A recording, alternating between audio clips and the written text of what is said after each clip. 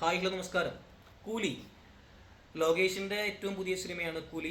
LCU അല്ല ഈ പടം. ഫസ്റ്റ് തന്നെ പറയാം, ഇത് ലോകേഷിൻ്റെ യൂണിവേഴ്സായിട്ട് ഒരു സിനിമയായിട്ട് യാതൊരു ബന്ധവുമില്ല.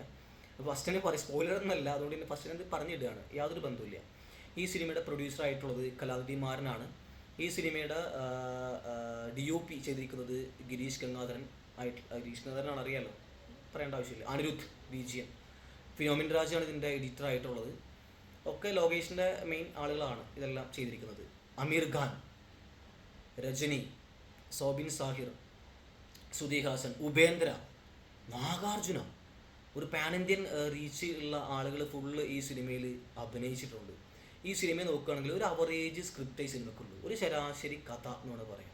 പ്രത്യേകിച്ച് വലിയ ഒരു സ്ക്രിപ്റ്റൊന്നും ഈ സിനിമയിലില്ല. പക്ഷേ ഒരു ശരാശരി സ്ക്രിപ്റ്റിനെ എത്ര ഗംഭീരമായിട്ട് സ്ക്രീനിൽ കാണിക്കാം എന്നുള്ളതിൻ്റെ ഏറ്റവും ഉദാഹരണമാണ് കൂലി. ഏറ്റവും ഉദാഹരണമായിട്ട് ഡയറക്ടറാണ് ലോകേഷ്. ഇപ്പോൾ വിക്രം പോലുള്ള ഒരു ഐറ്റം, ഇല്ലെങ്കിൽ കൈദി പോലുള്ള ഒരു ജം ഐറ്റം, മാസ്റ്റർ പോലെയുള്ളൊരു പരിപാടിയൊക്കെ ചെയ്തിട്ടുള്ള ആൾ വിക്രം അല്ലേ, അതൊക്കെ ചെയ്തിട്ടുള്ള ആളാണ് ലോകേഷ്. അപ്പോൾ പുള്ളിക്കാരൻ നമ്മൾ ഒരുപാട് എക്സ്പെക്റ്റ് ചെയ്യും. ആ എക്സ്പെക്റ്റേഷൻ അപ്പുറമൊന്നുമല്ല, പക്ഷേ അദ്ദേഹത്തിന് ലിമിറ്റിന് ആ പരിമിതികൾക്കകത്ത് നിന്നുകൊണ്ട് പുള്ളിക്കാരൻ ഗംഭീരമായിട്ട് ഈ സിനിമ മേക്ക് ചെയ്തിട്ടുണ്ട്. ആദ്യ പകുതി വരെ ഈ സിനിമ കൊണ്ടുപോകുന്നത് സൗബിനാണ്.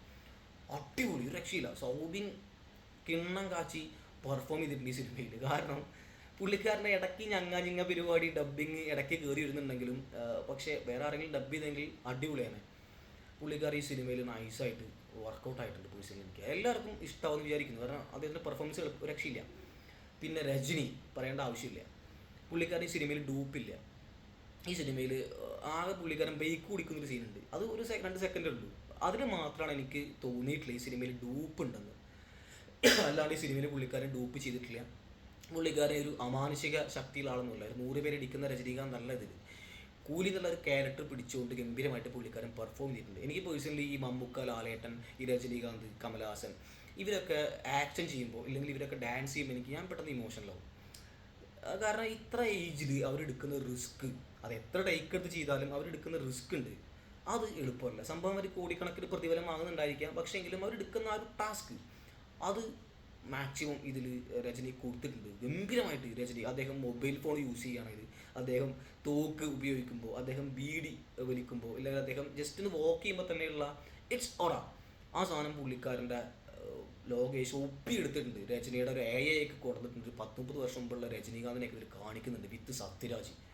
അത് ലോകേഷ് പെർഫെക്റ്റായിട്ട് മേക്ക് ചെയ്തിട്ടുണ്ട്. കാരണം രജനിയെ ഒപ്പിയെടുത്തിട്ടുണ്ട് ഓരോ സീനിലും. അതാണ് പോസിറ്റീവ്. രജനീകാന്ത് തന്നെയാണ് ഈ സിനിമയുടെ പോസിറ്റീവ് എന്ന് പറയുന്നത്, വേറെ കഥ തിരക്കഥയൊന്നുമല്ല. പിന്നെ സൗബിൻ്റെ പരിപാടി, പിന്നെ ഇതിലൊരു ലേഡി ഉണ്ട്, അത് കുറച്ച് പറഞ്ഞാൽ സ്പോയിലർ ആവും, അതുകൊണ്ട് അദ്ദേഹം ഗംഭീരമായിട്ട് പെർഫോം ചെയ്തിട്ടുണ്ട്. പിന്നെ അമീർ ഖാനെ മാത്രം എന്തിനാണ് ഈ സിനിമയിൽ കൊടുത്തതെന്ന് എനിക്ക് പലപ്പോഴും തോന്നിയിട്ടുണ്ട്. ഒന്നാമത്തെ LCU അല്ല ഈ പരിപാടി.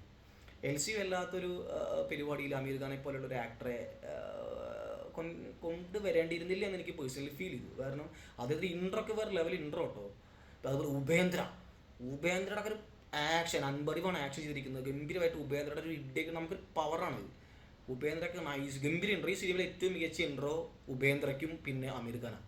രജനിക്ക് പോലും ഇങ്ങനെ ഇൻട്രോ കൊടുത്തിട്ടില്ല. ഉപേന്ദ്രയുടെ ഗംഭീരമായിട്ടുള്ള ആക്ഷൻ പരിപാടി ഗംഭീരമായിട്ട്.